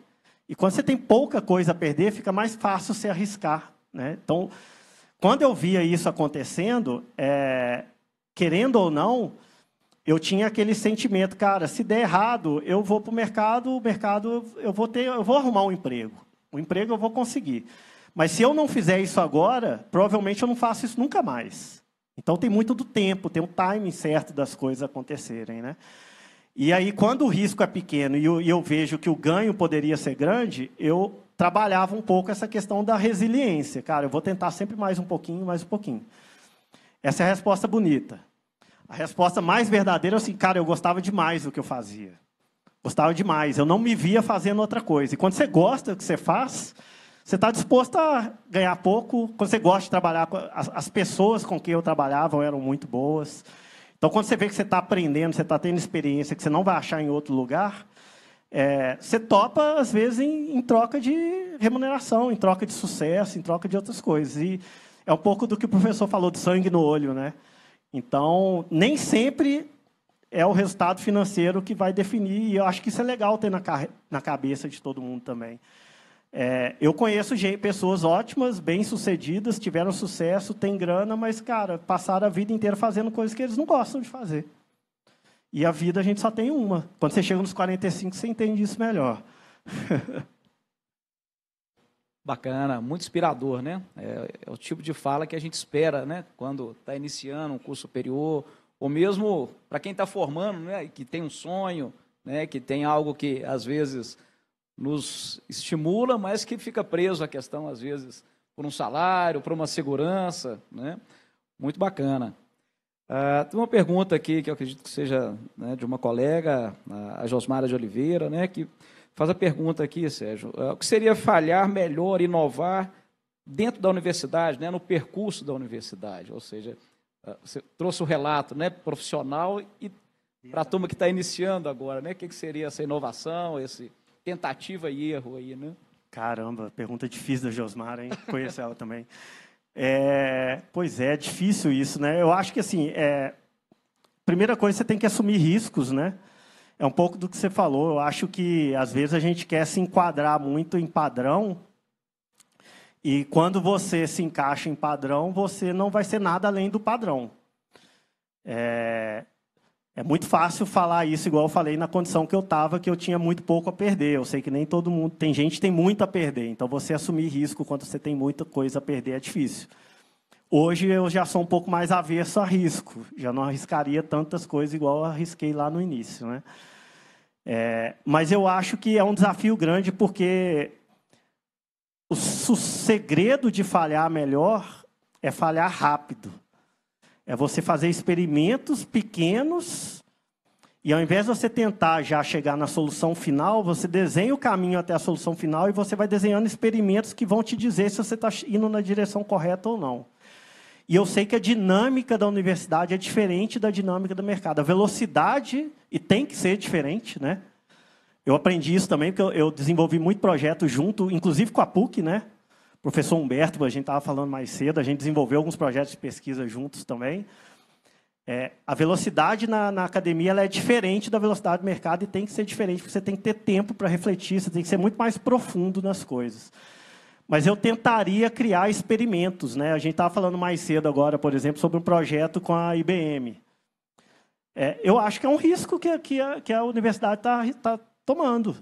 Pode dar certo, pode dar errado. Você tem que ter pessoas que estão dispostas a tomar esse risco, estão dispostas a aprender quando dá errado e tentar coisas diferentes e não desistir de tentar coisas diferentes, né? Não tem outro jeito. Se você não arriscar, você não aprende. Mas é difícil, por causa da velocidade. Velocidade é importante nesse caso. Pode ir aqui, depois a gente faz um outro online. Beleza. Boa noite, Sérgio. Primeiramente, agradecer aqui pela palestra. E, na verdade, são duas perguntas que eu tenho. Eu até anotei aqui para não acabar esquecendo. A primeira surgiu durante a primeira pergunta. Com a sua resposta, você falou que acredita que a máquina vai ter que aprender a conversar com o ser humano ao invés do ser humano com a máquina. Eu acho que uma breve, assim, uma ideia que a gente já tem hoje é, por exemplo, a Siri no iPhone, que a gente acaba conversando realmente com o celular. Você acha que, por essa questão, o mercado de acessórios vestíveis, como é o Apple Watch, ele vem aí a crescer? Ou, assim, um palpite seu mesmo? E a outra pergunta, que na verdade é que eu tinha originalmente, é que lá pelos anos 2000, a internet era a novidade do momento. Era o que muita gente ganhou dinheiro com ela e foi o que trouxe muita inovação. Hoje, com tanta inovação já feita, eu não vejo tanto assim algo de novo vindo para trazer também uma grande inovação, tirando a inteligência artificial, que é uma coisa que você trabalha. Então, assim, eu queria pedir, na verdade, era uma dica de alguém que tem muito interesse na inteligência artificial e no trabalho com ela, como que a gente pode seguir com isso para ter mais, para entrar nesse meio. Como é que você chama? É Peter. Beleza, Peter. 2 em 1. Vamos começar da última. Isso aí que você falou é ótimo, porque muitas pessoas, até sobrinhos meus, estão começando na faculdade também, perguntam, se você estivesse começando agora o curso de computação, que foi o que eu fiz lá atrás, né? O que você faria? Eu nem penso 2 vezes, eu estudaria inteligência artificial. Ou coisas relacionadas a dados. Eu acho que é um mundo que assim, é uma demanda tão grande por profissionais dessa área que vai continuar crescendo e a gente não está conseguindo formar pessoas na velocidade que a gente precisa. Outro motivo, muito das coisas que a gente faz, a inteligência artificial vai conseguir fazer melhor, inclusive em áreas que às vezes a gente acha que não melhor, né? Mas mais rápido, às vezes de forma mais eficiente. E, inclusive, em áreas que a gente antes considerava que eram áreas criativas. Então, hoje, por exemplo, o mercado de conteúdo está sendo desafiado. Até um tempo atrás, você ia criar uma campanha de marketing, você precisava de uma pessoa criativa para criar diferentes formas de comunicar aquela campanha. Você ia fazer 50 campanhas, você precisava de 50 pessoas. Hoje, uma pessoa muito criativa, com uma inteligência artificial, ela consegue criar essas 50 campanhas. Só que ela precisa ter algo criado, e aí não é só dados, eu acho que essa parte da experiência também, então o pessoal que vai muito para a área de design também, eu acho que vai ter um desafio legal de como empacotar tecnologia para quem não é técnico. Como que essas pessoas... E aí a interface conversacional, por isso que eu acho que ela é a principal saída. Você não tem que ensinar, você tem que aprender. A máquina tem que aprender com ela. Então, assim, eu iria para essa área, eu começaria a estudar dados, machine learning, qualquer coisa relacionada, e especificamente a parte de linguagem natural, de conversas, eu acho que é um tema bom para explorar. Qual que era a primeira pergunta? Era sobre as novidades da internet. As novidades, Isso. Pois eu nunca... O tema assistente pessoal, Siri, Google e tal, ele já está aí, já tem um bom tempo. Eu vou chutar o tempo, não. A gente já acompanha isso desde sempre. A gente criou o primeiro assistente virtual do Brasil junto com o Google. No lançamento do Google Home, a gente fez um lançamento junto com eles, com uma marca, se não me engano, foi a Globo. Fizemos para a Alexa, quando a Alexa lançou. A Alexa foi lançado no Brasil num evento nosso, inclusive. Mas eu nunca olhei para isso com muita expectativa de popularizar demais, não. Por quê? Principalmente no Brasil, porque não é um problema de software, é um problema de hardware. Tudo que é problema de hardware é mais difícil. É o mesmo olhar que eu tenho para metaverso, que está todo mundo falando agora também. Qual que é o problema do metaverso? Não é um problema de software, é um problema de hardware. Você não vai aguentar ficar com óculos, trabalhar 8 horas por dia com óculos. Você tem que conseguir resolver o problema do hardware antes de resolver o problema do software. O problema do software, na verdade, vai ser resolvido fácil. Então, essas coisas são mais lentas de acontecer. Tudo que depende de hardware é lento. Em compensação, tudo com software é rápido. O ChatGPT ele alcançou milhões de usuários em um dia, em poucas horas.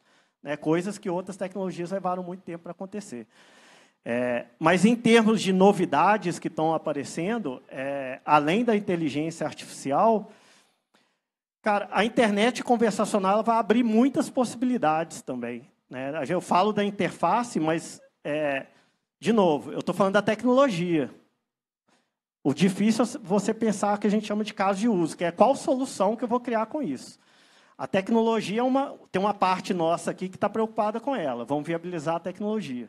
Tem que ter uma outra parte, uma série de cabeças pensantes aí, legal. Inventamos um martelo, mas nem tudo é prego. E aí, quais são os pregos que a gente vai... Tem coisa que é parafuso, é ótimo o martelo, mas eu preciso de uma chave de fenda. Então, acho que esse é o outro lado, e talvez seja o lado mais difícil agora, porque a tecnologia está indo exponencialmente, ela vai se autorresolver agora. Não que a gente já tem mentes brilhantes olhando para ela, agora o desafio é de negócio.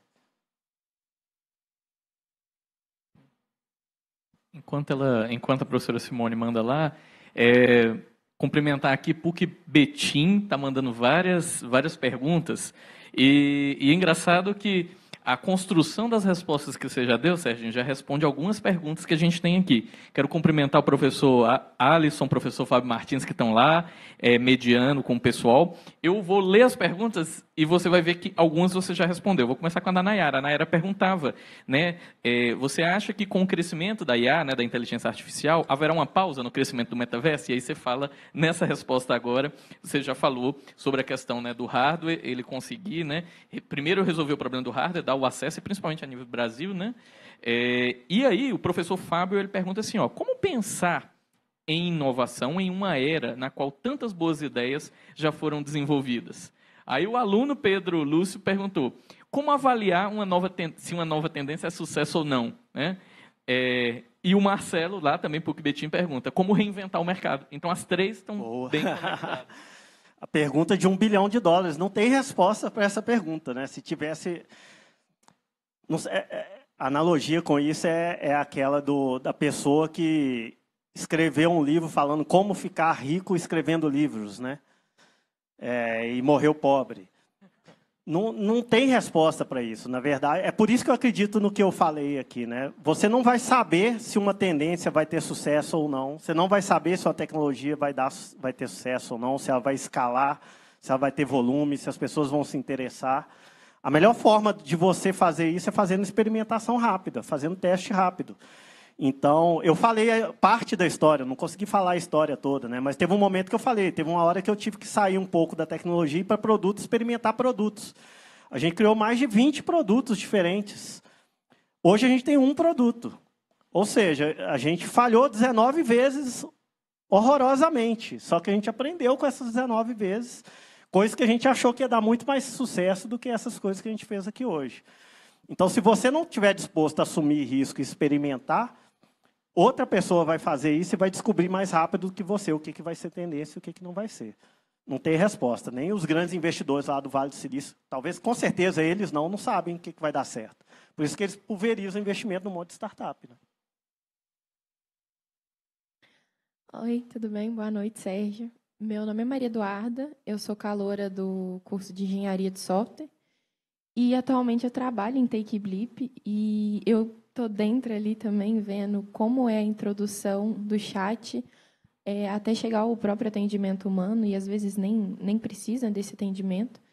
E, na verdade, são duas perguntas. E a primeira é se você acha que os chatbots, principalmente Blip, têm a capacidade de substituir o atendimento humano, já que o Blip realmente é uma plataforma que que traz essa parte mais humana. Às vezes, a pessoa que está do outro lado, o nosso usuário, nem acha que, de fato, é um chatbot.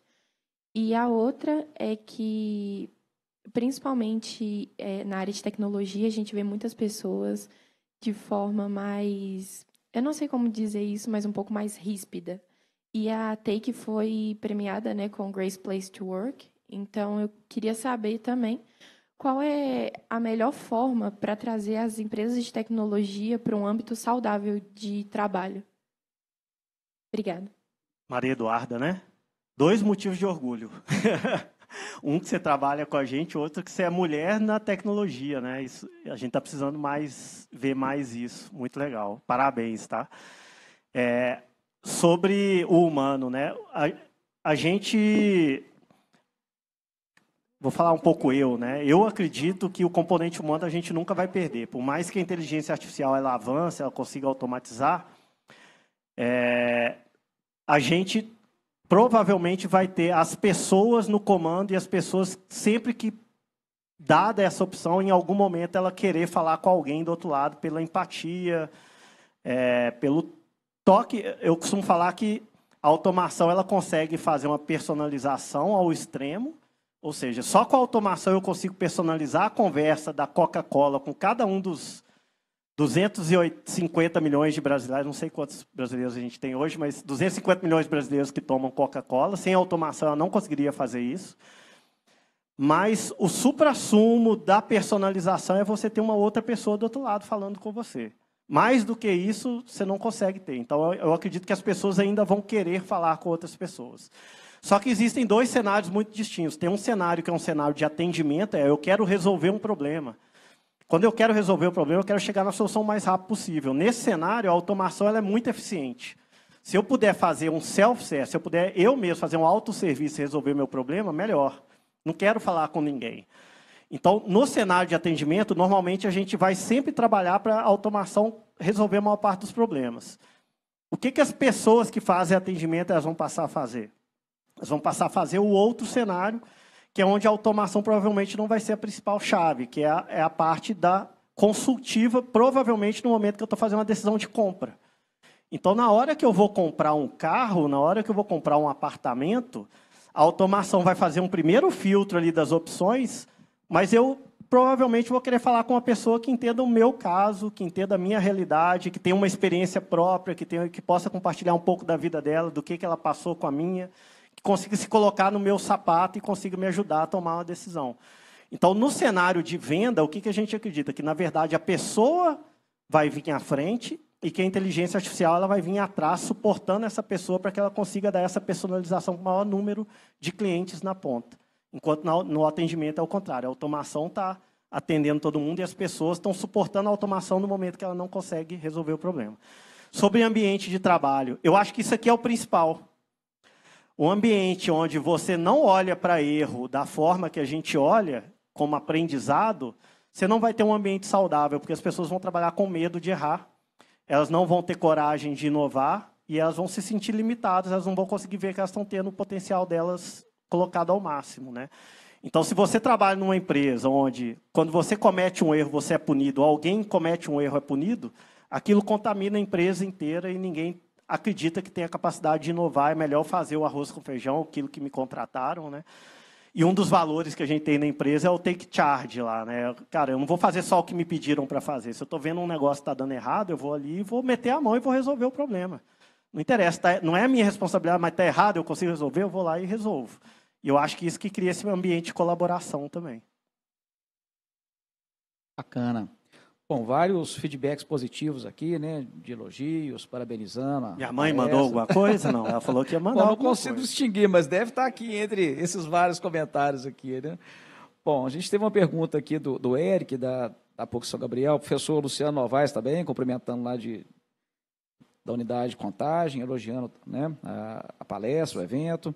Mas o Eric, lá do São Gabriel, está perguntando, os dados indicam que pessoas que começam a empreender após os 30 anos têm mais chances de obter sucesso. Não faria sentido, então, primeiramente, adquirir experiência de mercado e depois empreender? Ótima pergunta. Eu vou usar o nosso caso de exemplo também, né? Eu empreendi com menos, né? Eu empreendi com 20 e poucos anos, né? 21 anos. O que eu acho que é legal? Eu acho que você precisa ter uma mistura de experiência com falta de experiência mesmo, com um pouco de falta de noção, assim, que às vezes o jovem não tem tanto limite, porque ele não sabe um pouco as consequências, né? Por que eu estou falando isso? Porque o nosso grupo de sócios era muito diverso. Ele tinha desde eu lá, que sou o mais novo dos fundadores, né, que estava terminando a faculdade, passando por pessoal que já tinha experiência em empreender, né, e pessoas mais velhas, não tão mais velhos que eu, mas mais velhos que eu. Mas a gente tinha um sócio extremamente experiente, que trabalhava em banco, trabalhou muito tempo em banco, era o cara que tomava conta de finanças, era o pé no chão. Ele tinha até uma frase super famosa, que ele falava o seguinte: olha, legal, vocês estão sonhando aí com um negócio super bacana, aquele sonho grande, aquele produto super legal, mas aqui, começa pelo chinelinho de dedo, depois você vai construindo e chega lá na frente. Então, eu acho que é legal ter um equilíbrio. E ninguém empreende sozinho. É muito difícil você ter caso de sucesso de alguém que empreendeu sozinho. Então, escolher uns sócios que se complementem, e é o nosso caso, a gente tem pessoas de engenharia, pessoal de marketing, administração, engenharia de produção, financeiro. Se as pessoas se complementam e tem um clima legal, principalmente confiança entre elas lá, eu acho que aí a idade ela pesa menos. Aí a gente consegue ter um equilíbrio entre as duas coisas. Senão a gente também fica conservador demais, né?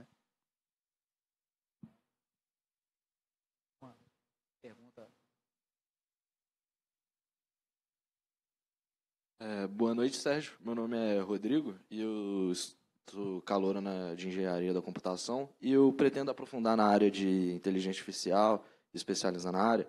E uma coisa interessante que você falou, que hoje em dia assistentes virtuais, como a Alexa, Siri e o Google Home, o maior limitador delas é o hardware. E acredito que seja pelo microfone, por exemplo. Tem várias experiências, você fala, Alexa, qual é o tempo? E ela fala, tocando Sérgio E até Reis. meme disso aí, né? Então, o software não é o problema nessa questão. Mas hoje vemos pelo chat GPT chats de conversações cada vez mais avançados. E acredito, eu, por poucas pesquisas que fiz na área, que talvez isso evolua para a voz. Com essa evolução do hardware, você acredita que isso poderia substituir elementos básicos como o próprio chat GPT, a pesquisa do Google por teclado e começar a ser por voz? E quais consequências dessa evolução, por exemplo, estaria para uma empresa como a TakeBlip, que trabalha principalmente com a interação de chat, uma vez que ele não é mais necessário e agora a gente tem uma nova moda de conversação? Porque a gente pode ver isso por várias IAs que estão trabalhando em emulação de voz, por exemplo, em área de dublagem, onde ela consegue simular perfeitamente a voz de um ator que fala inglês e em português, por exemplo. Legal, ótima pergunta. Então, quando eu falei que a limitação é o hardware, tem a limitação de captar a voz, transcrever a voz e tal, que aí já entra até no software também, mas eu estava falando muito mais da questão de distribuição do hardware. Então, por exemplo, quando o Google lançou, o que ele tinha que fazer? Ele tinha que colocar Google Home num monte de loja física, vender online, entregar na casa das pessoas, e isso faz com que o custo seja alto e a adoção é inversamente proporcional ao custo. Então, eu vou adotar menos. Onde provavelmente o pessoal teve mais sucesso? Quando incorporou isso no próprio celular. Então, eu tenho um hardware já do celular, eu uso o próprio hardware do celular, né? Mas a experiência ainda não estava legal. A assistente ela não conseguia ter uma conversa tão inteligente quanto o que a gente está vendo hoje. Então, eu tenho certeza absoluta que o Google Home vai ficar mais inteligente, a Alexa vai ter conversas melhores, vai entender a gente melhor, é questão de tempo agora. Eles vão conseguir resolver esse problema. O próprio chat GPT hoje não é só chat mais. Eles acabaram de lançar ontem, se não me engano, a versão 4 dele, que tem voz e tem imagem também. E consegue entender e trocar imagens também. Então, isso aí é questão de tempo. Isso vai ser resolvido. Como que a gente se posiciona nessa história, né? Hoje, realmente, você falou, o forte nosso é a troca de mensagens, né? Mas, na verdade, o que a gente faz hoje é usar o que a tecnologia tem disponível. O que a gente busca, na verdade, é a visão. O que é importante a empresa ter? É importante a empresa ter uma visão clara do qual que é a missão dela, qual que é o problema que ela resolve. E o problema que a gente resolve eu quero melhorar a experiência de relacionamento entre a marca e as pessoas no mundo digital. Hoje, esse relacionamento está indo para mensagem. Amanhã vai estar indo para voz, você vai estar falando com a Volkswagen no carro, você vai estar falando com a geladeira da Samsung, né? Você vai estar falando com os dispositivos. Quando esse momento chegar, nós vamos estar fazendo esse relacionamento nessas interfaces também. Então, hoje a gente já está experimentando com voz, estamos experimentando com imagem, a gente já usa essa parte de sintetizar a imagem. Hoje o nosso time de pesquisa já tem provas de conceito, por exemplo, onde você grava um parágrafo, lendo um parágrafo, eu pego a sua voz e consigo fazer você falar qualquer coisa. Inclusive, é um problemaço, né? Ou seja, que é uma área de pesquisa também que é legal, que é fake news, né? Como que a gente vai combater isso? Cara, se eu não podia acreditar numa notícia escrita, o que eu fazia? Eu ia lá e via um vídeo. Agora, eu não posso acreditar nem no vídeo. Eles conseguem colocar lá o Obama falando bem do Trump. E eu não vou saber se é o Obama ou não. Então, o negócio vai começar a ficar complicado. Mas, ao mesmo tempo, cria uma série de oportunidades. É a forma de ver, né? Todo problema você pode ver como um desafio ou como oportunidade. Empreendedor sempre olha, tudo é oportunidade. Você só precisa escolher qual que é a maior de todas, qual que você vai conseguir entregar mais resultado.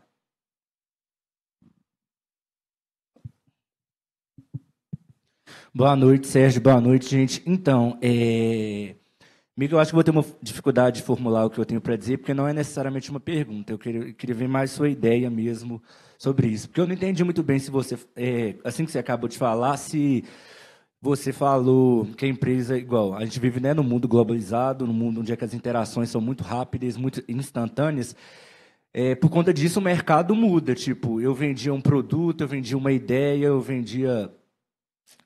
né, um produto, e pode ser que hoje está dando certo e logo amanhã o mercado mudar, essa ideia não ter mais, tipo assim, mercado para ela. Tipo assim, o mercado realmente engolir esse negócio que eu estou fazendo. Você deu até o exemplo, né, que vocês vendiam música da Britney Spears por R$5, e logo depois surgiu um meio, tipo assim, uma assinatura que por um pouco mais você ouvia músicas ilimitadas. E vocês tiveram que realmente inovar, tipo assim, o seu negócio, né? O negócio que eu falo, tipo assim, vocês tiveram que inovar, e logo depois veio Steve Jobs e ferrou com o que vocês já tinham inovado, vocês tiveram que inovar novamente. Aí eu não entendi muito bem ali quando você acabou a palestra, que se a gente tem que realmente esperar o mercado mudar, a gente não adivinha o que vai acontecer lá na frente, a gente não pode achar que a gente vai estar dando muito passo e vai, sabe, nunca ser afetado, vai ser bom, porque a gente não tem como prever o que o mercado vai estar, o que vai ser demandado no mercado, tipo assim. Igual esse exemplo do Spotify que você deu, eu achei muito interessante, muito legal, que eu já tinha comentado isso com o meu professor de atualidades do pré-vestibular, isso de CD, que eu consumo muito esse ramo de música. O meu Spotify, tipo assim, no final do ano tem aquela retrospectiva, é assustador o número de horas que eu estou ouvindo música. Aí, por exemplo, antigamente não existia isso. Tipo, né, você comprava uma música da Britney Spears por R$5. Igual, e é isso, tipo assim, com o tempo o mercado vai mudando. As formas, tipo assim, igual a necessidade que eu tinha de ouvir música, vai mudando. Exatamente isso. A pandemia, né, foi um exemplo disso, tipo assim, que todos os ramos, tipo assim, empresário, assalariado, instituições, sem fim lucrativo, todo mundo teve que inovar, sabe? Aí a minha pergunta é mais essa. Uma empresa no porte, no tamanho da Take, né, que tem um nível mundial, né, por exemplo, o Japão já comprou, vocês já recompraram. Empresas grandes, ou até de médio porte mesmo. É bom a gente estar realmente não tão um passo à frente só, né? Um passo à frente, na minha concepção até agora, é necessário, mas igual, muitos passos à frente já não é legal. Ou a gente realmente precisa esperar o mercado mudar, a gente vê a mudança já na pele, porque igual, eu acho que na minha concepção até agora, ver a mudança na pele é muito perigoso, igual, vocês tiveram que lá em 2005, vocês estavam vendendo muito bem, do nada mudou. Pois é, eu entendi. Aí é perigoso. Deixa eu pegar da história, eu entendi o que você está perguntando, e mostrar um pouco de como que a gente aprendeu da pior forma possível, né? Então, a gente tinha o serviço de música, né, o nosso produto de ringtone, estava indo super bem, veio essa mudança no mercado, a gente sofreu um impacto, A empresa, da noite para o dia, viu ali a receita dela, né, diminuir rápido demais. E depois disso, a gente resolveu diversificar e pensar em novos produtos. Ou seja, a gente teve um vale ali, a gente teve um problema e a gente demorou para reagir. Né? Porque exatamente isso que eu tenho em mente. Tipo, a Take ainda era uma empresa grande, assim, ou pode acontecer também em empresa grande, de não dar conta, sabe? Pois é, e aí como que eu aprendi com isso, como que eu resolvo o problema hoje? Como é que a gente faz para a história não se repetir hoje de novo? Então, qual que é o ideal? O ideal é que todo produto ele tem essa curva de adoção, né? Você começa pequeno, tem muita adoção, chega no máximo, em algum momento ele começa a morrer. Todo produto, em algum momento, ele vai morrer. Qual que é o ideal? O ideal é que a empresa, antes do produto começar a morrer, ela já comece o próximo a onda de produto dela antes desse momento chegar. E de preferência que essa próxima onda comece a ser maior do que a onda anterior, porque aí uma onda vai somando com a outra e ela vai sempre melhorando e crescendo. Aí, como que a gente faz isso hoje? Hoje, eu tenho uma linha de produção de um produto, que é o produto nosso, que ainda está crescendo. Eu tenho uma segunda linha de produto, que é um time que está produzindo um produto que pode ser, inclusive, visto como concorrente do meu produto principal. E, em alguns momentos, eu tenho até conflitos de interesse dentro da empresa por causa disso, porque o pessoal está querendo vender esse produto e aí vê o cliente querendo comprar o outro. Pô, eu estou deixando de vender esse produto aqui para vender o outro que é pequenininho, que eu vou ganhar menos dinheiro. Eu falei, mas a ideia é essa mesmo, porque se eu não fizer esse próximo produto aqui, algum concorrente meu vai fazer e vai pegar isso.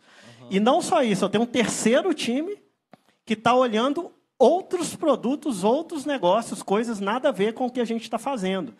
Então, esse outro time, por exemplo, está olhando para voz e vídeo, que a pessoa perguntou aqui. Então, não é algo que a gente está desenvolvendo, não é algo que tem no produto, mas eles já estão pesquisando, porque se a gente vê que a onda está indo para isso, a gente já vai estar preparado para incorporar isso no produto atual. Então, hoje eu tenho 3 ondas de desenvolvimento.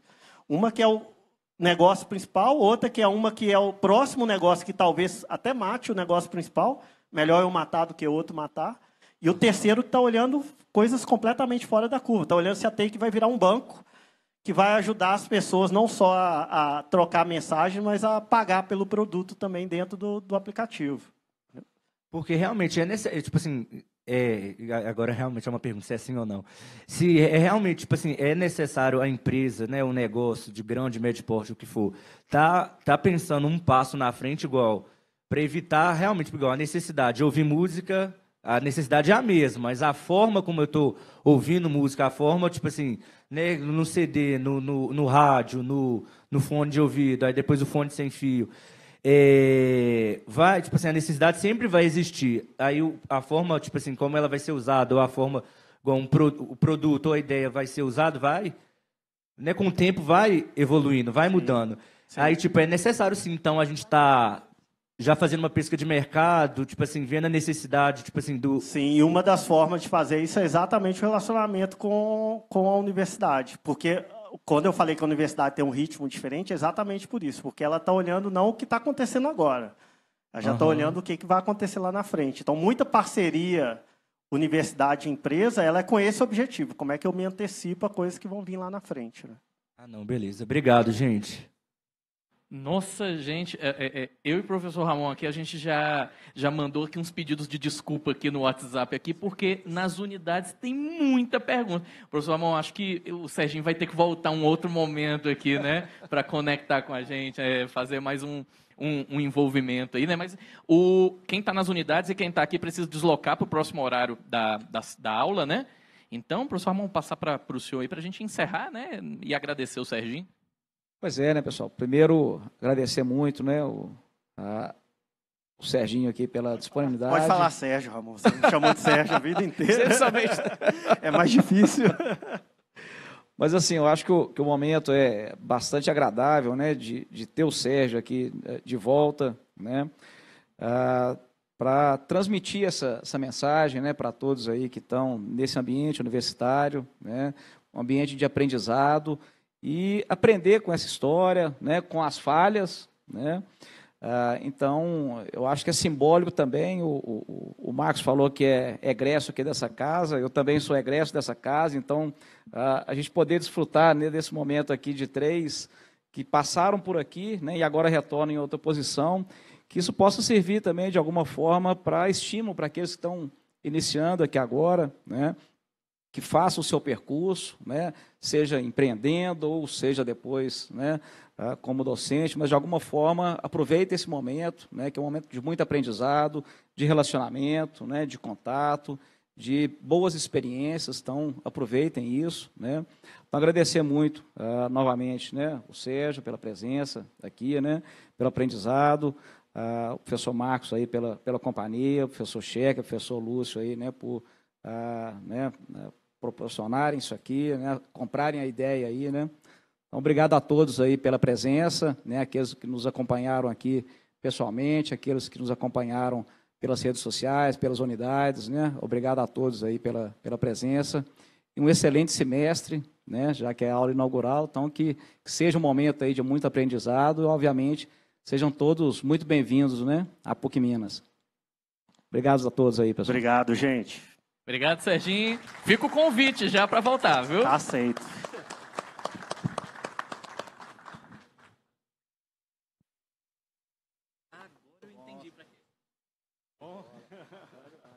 Está cheio de comentários aí. Nossa, cara, tinha umas